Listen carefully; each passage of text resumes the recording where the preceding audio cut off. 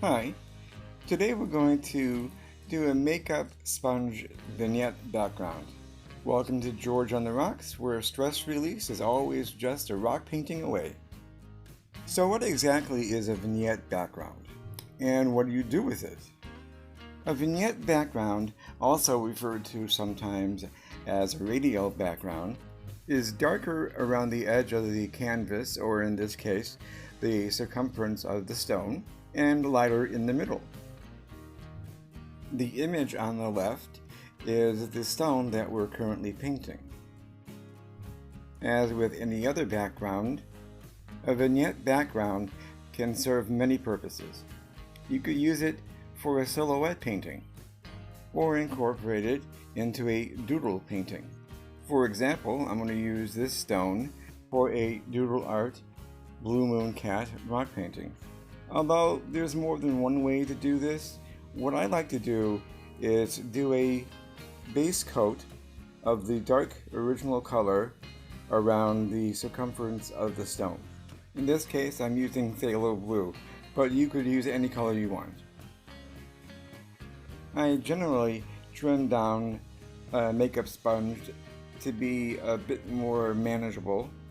Now this one is brand new, but even though you can clean it out, and once the paint is dry, it won't reactivate anyway, I like to have sponges for specific colors. For example, I'll have a sponge for green paint or yellow paint or red paint.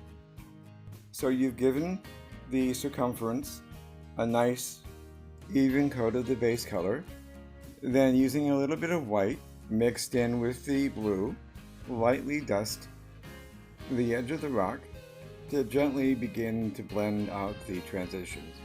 Do this for the complete circumference of the stone. Take your time. I then apply a little bit of mixture of titanium white, or you can use zinc white if you like, on one half of the sponge, and on the other half use the base color.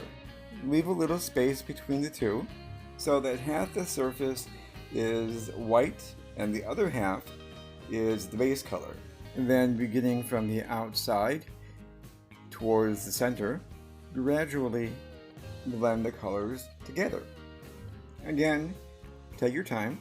If you want to build up the intensity of the original base color on the outside, you can do that. Just remember to keep going back with the base color and then the white, mix it in, and gradually work on the transitions. Generally speaking, you want to have the transition as seamless as possible, but that is completely up to you. Sometimes you could have the sponge on its side and do the same thing. Working around the edge, working on the transitions, blending it out. Remember, visually what you want to do is you want to have the dark around the edge and the light inside in the center. You want to have as smooth a transition between the outer edge and the center. The number of times that you repeat this process is solely dependent upon how smooth you want your transitions to be.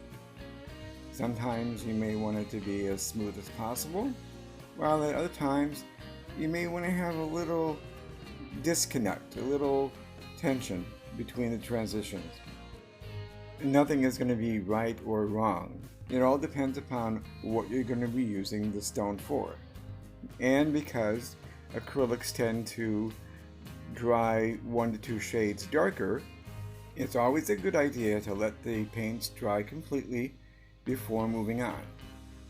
And once it's dry, you can fine-tune the transitions, making it either darker or lighter, depending upon your preferences. Once you understand the concept of the vignette background, creating one for your next rock painting is going to be simple, easy, and fun.